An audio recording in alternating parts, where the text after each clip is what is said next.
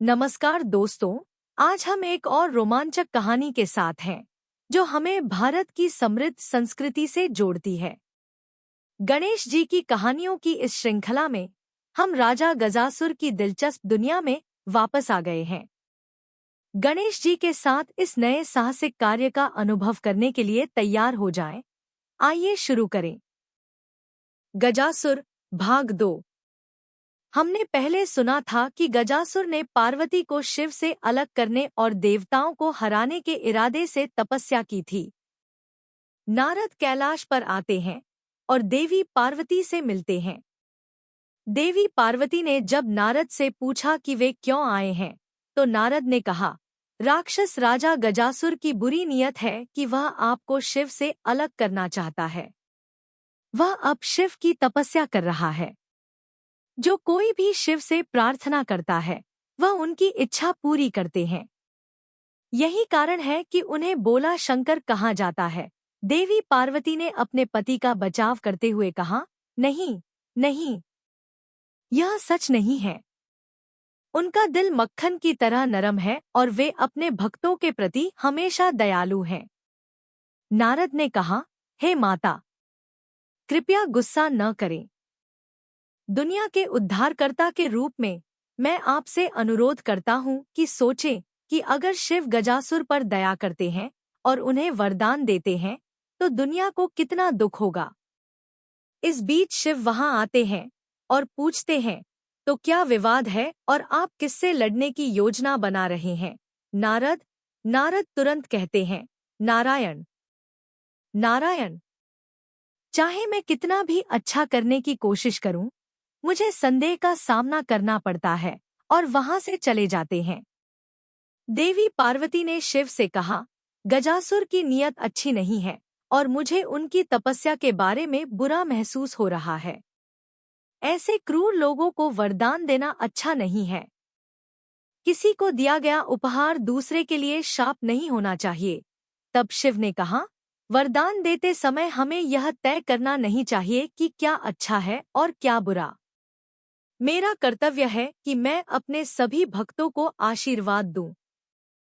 इस बीच गजासुर ओम नमः शिवाय, ओम नमः शिवाय का जाप कर रहा था और महान तपस्या कर रहा था।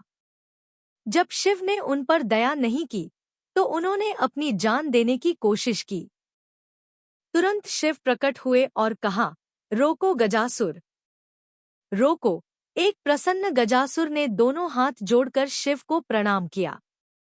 हे प्रभु, अंत में आपने मुझ पर दया की और शिव के चरणों पर गिर पड़े। गजासुर, आपकी तपस्या की सराहना करते हुए मैं आपको आशीर्वाद देने आया हूँ। एक इच्छा करें और मैं उसे पूरा करूँगा।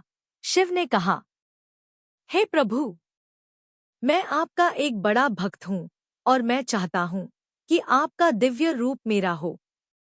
इसलिए कृपया मैं अनुरोध करता हूँ कि आप मेरे पेट में आत्मलिंग के रूप में उपस्थित हों, जो शिव की आत्मा है। शिव ने कहा, गजासुर, यह कितनी विलक्षण इच्छा है। क्या यह स्वार्थी नहीं है कि आप मेरा रूप केवल अपना चाहते हैं और वह भी अपने पेट में? गजासुर ने कहा, मुझे नहीं पता कि यह स्वार्थी या अत्यधिक है। मुझे क्षमा करें और मेरी इच्छा पूरी करें। तब शिव ने कहा, गजासुर, मैं आपकी इच्छा पूरी करूंगा और मैं प्रार्थना करता हूँ कि हम दोनों इस दिन को पछतावा नहीं करेंगे। शिव आत्मलिंग के रूप में गजासुर के पेट में प्रवेश कर गए। गजासुर शिव को पार्वती से अलग करने में सफल रहा। गजासुर के पेट में शिव होने के कारण कोई नहीं जानता था कि वह कहाँ था। एक चिंतित पार्वती ने गणों को बुलाया जो शिव के भक्त हैं और आदेश दिया, आपके प्रभु कई दिनों से कैलाश पर नहीं आए हैं। जाओ और तीनों लोकों में उन्हें ढूंढो। उन्होंने तीनों लोकों में उन्हें ढूंढा और अंत में सोनितपुरम में उनकी खोज समाप्त हुई। उन्होंने महसूस किया कि शिव गजासुर के पेट में आत्मलिंग के रूप में थे। उन्होंने पार्वती को यह जानकारी दी। पार्वती ने विष्णु को बुलाया और उन्हें बताया कि शिव गजासुर के पेट में आत्मलिंग के रूप में थे। उन्होंने उनसे अनुरोध किया कि वे शिव को कैलाश वापस लाने का तरीका सोचें। उन्होंने वादा किया और ब्रह्मा लोक में ब्रह्मा से मिलने के लिए चले गए। दोनों ने एक साथ सोचा और एक योजना बनाई। नंदी एक बैल के रूप में बदल गया और ब्रह्मा, विष्णु और देवेंद्र साधारण लोगों के वेश में छिप गए। वे सभी गजासुर के राज्य में गए।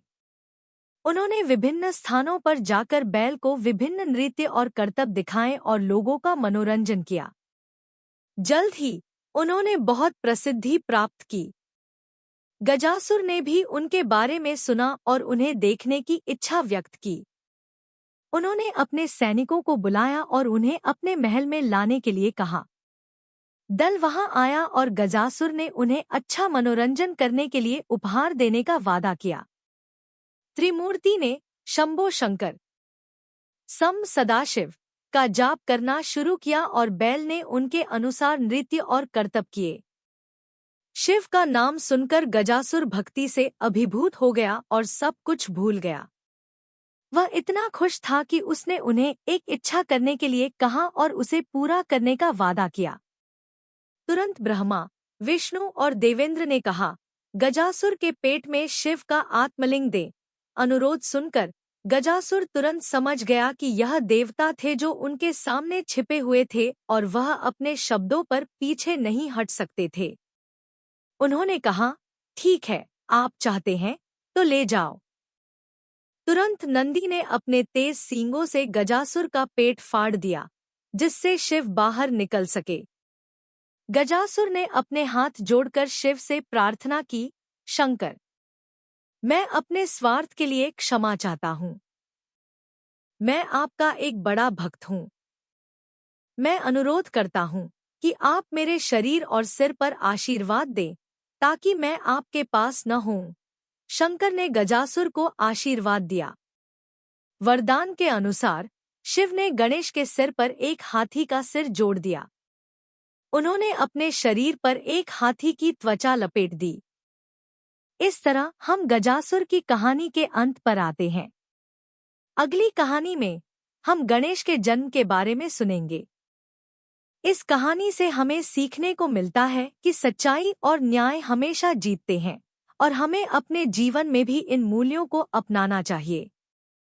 स्टोरी वेव्स ऐप डाउनलोड करके आप इस संग्रह और दुनिया भर की संस्कृतियों की और अधिक कहानियों का अनुभव कर सकते हैं, जो एप्पल और एंड्रॉयड ऐप स्टोर पर उपलब्ध है।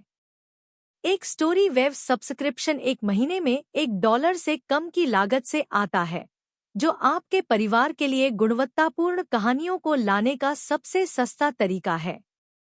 स्टोरी वेव्स ऐप पर सभी नई कहानियां उपलब्ध हैं और सबसे रोमांचक सामग्री केवल ऐप पर ही उपलब्ध है।